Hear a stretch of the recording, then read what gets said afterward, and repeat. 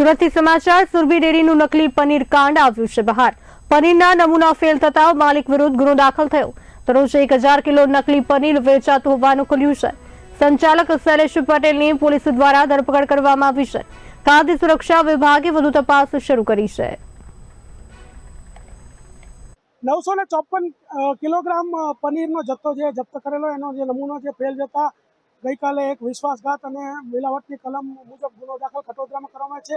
એના જે બે સંચાલકો છે એમાંથી મુખ્ય સંચાલક શૈલેષ પટેલની ધરપકડ કરવામાં આવેલી છે અને નજીકના દિવસોમાં જે લગ્નની સિઝન ચાલી રહી છે તો ત્યાં પણ એસઓજીની ટીમો ખાનગી રીતે જઈ અને પનીરના નમૂનાઓ લેશે અને ચેક કરીશું ને જો એમાં કંઈ પણ એવું ભેળસેળયુક્ત માલુમ થશે તો રેડો કરવામાં આવશે તથા આવા લોકો ઉપર જો વધારે ગુનાઓ દાખલ થશે તો એમની પાસાની પણ કાર્યવાહી કરવામાં આવશે। આ જે સંચાલક છે એના જે અહીંયા કટોદરાની યુનિટ છે એમાં એ કઈ રીતે પનીર બનાવતા હતા અને શું કરતા હતા એની પૂછપરછ માટે લાવેલા હતા અને ત્યારબાદ જે છે આગળની કાર્યવાહી ચાલુ છે।